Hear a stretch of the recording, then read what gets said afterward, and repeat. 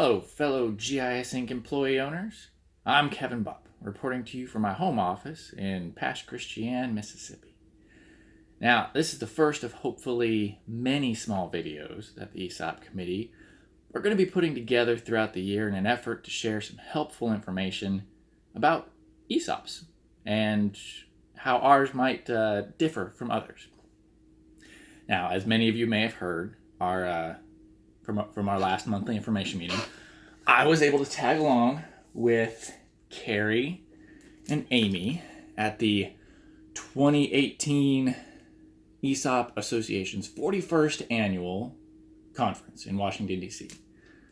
We also got to attend the 27th annual ceremony where we received a nice little award there, right there. That's the ACE Award for Best Series of Special Events. Basically, that means our ESOP Olympics, they rocked. Now, how neat is that? That's pretty neat.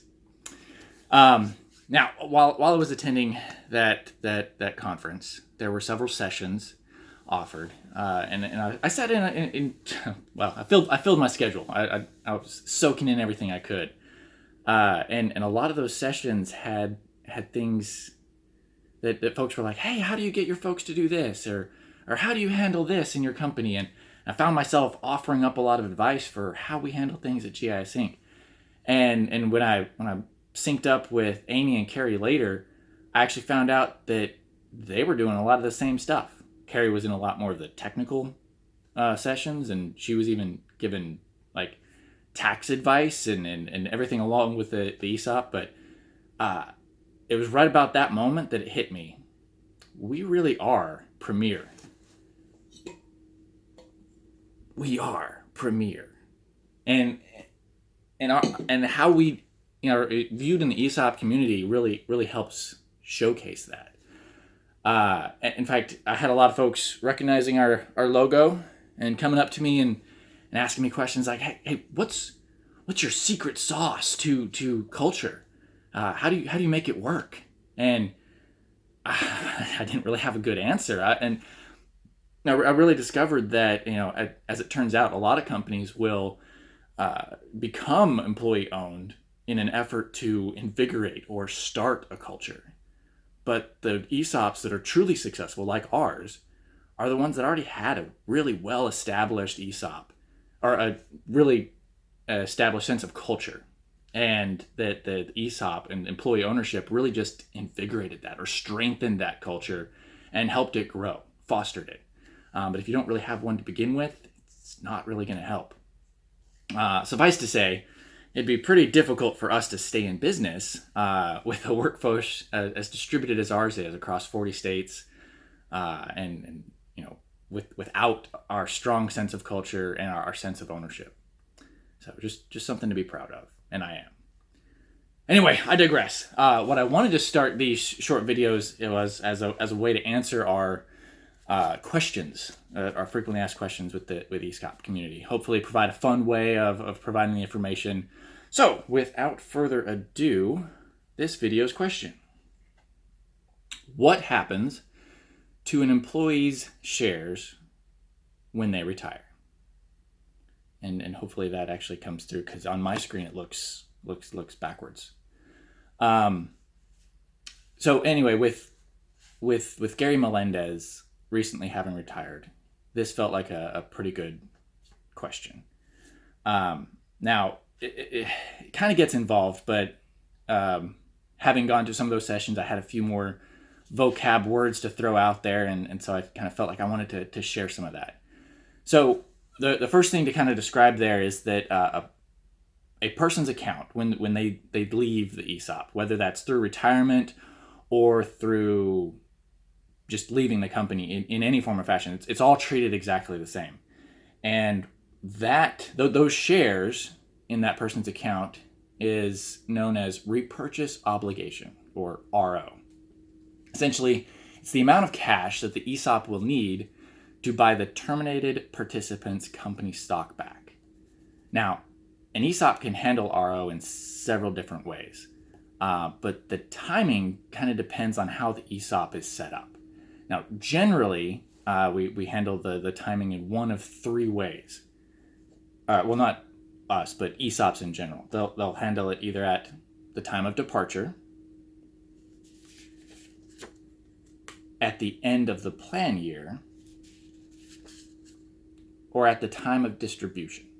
Now, this kind of comes into play because each of these has a different effect on the stock price or the value of that account at that time.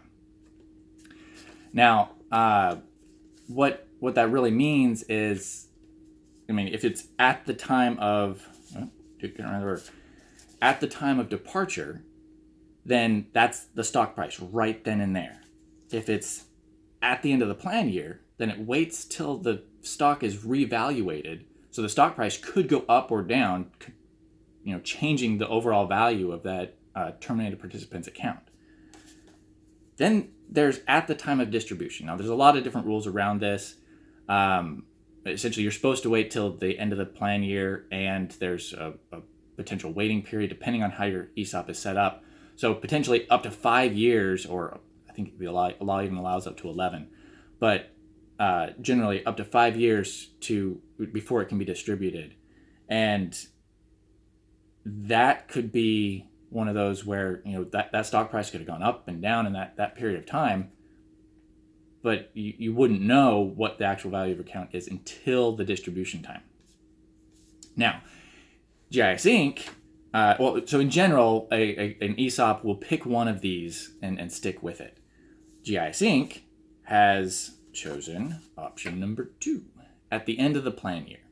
So we wait till the end of the plan year, reevaluate the stock price, and then that becomes the value of that account. And with that, and that becomes that amount of or the value that dictates that repurchase obligation. Now, there's several ways for an ESOP to handle RO, and it's usually something that has to be considered by the board and the trust year over year, and depends on several factors, including but not limited to the amount of cash in the ESOP, the size of the RO, and the existence of any loans. But there's several little factors that play into it. But again, it's the board and the trust that really decide how they're going to handle that year over year. Now, there are 3 general ways that they can handle this. They're kind of known as the 3 R's. The first one is redemption. Now, redemption is where the company basically infuses the ESOP with cash, purchasing the shares. These purchased shares are not distributed to the employee accounts, but rather held in a treasury. The overall value of the ESOP remains the same, but essentially reduces the number of shares on the street. All right. Another option is known as repurchasing or recycling. And this is where the cash that's already in the ESOP is used to buy the seller's shares. And this is considered a like-kind exchange, as the shares in the ESOP remain constant. The third option is known as re-leveraging. And this would give the ESOP the ability to purchase the shares. However, what essentially happens is the ESOP takes out a loan in order to get enough cash to buy those. When that happens, those shares go into an unallocated account. And then as the loan is paid off, those shares are redistributed to all the other participants in the ESOP. Now, GISinc technically allows for all 3 R's, the recycling, redeeming, and releveraging. But typically, we recycle the shares using the cash in the ESOP to buy those shares. So in your individual account, you might see a decrease in cash, but an increase in shares. But the overall value of your account would stay the same. So somebody retires, somebody leaves, you'll see a drop in cash, increase in shares, and that's essentially what happened. Is your cash was used to purchase those shares. It's probably also worth noting, since Gary retired at 65 years young, he's eligible to be receiving distributions at the end of this plan year.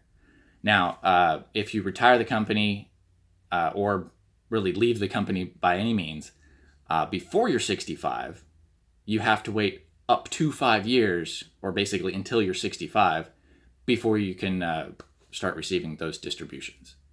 There is an exception. If your account's less than $7,500, then they'll just give that all out right at the end of the plan year. But in all of those cases, you still have to wait till the end of the plan year till the stock is revaluated before it's converted to cash. And if you're in that 5-year waiting period, the ESOP trust is what holds on to that cash until the distribution. But it is converted to cash held in the trust before the distribution happens.